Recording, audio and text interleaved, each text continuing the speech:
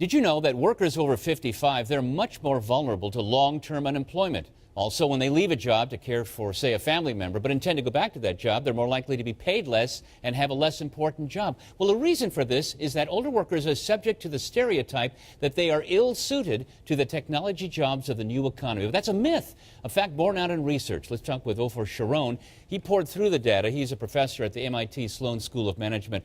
A lot of false assumptions among recruiters and HR people, apparently. There really are.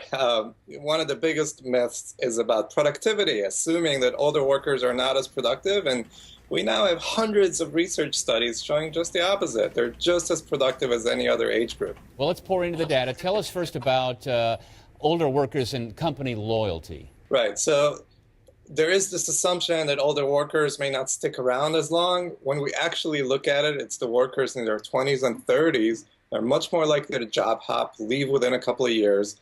Workers in their 50s and 60s actually do stick around longer. They have an ethic of loyalty to their companies. And this is a real surprising one. Talk about the handling of the machines and computer programs in today's techno workplace. So employers overwhelmingly assume older workers can't handle new technologies.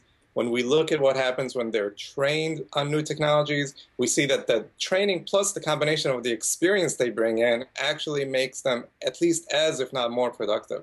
It sounds like it's important that this information gets out there because there are a lot of people who are older who want jobs. We have a crisis of long-term unemployment, particularly among older workers, and it's a tragedy. There are millions of very skilled, talented workers that are not contributing to our economy simply because of false biases. Well, Professor Sharone, thanks for bringing this to light. Thank you.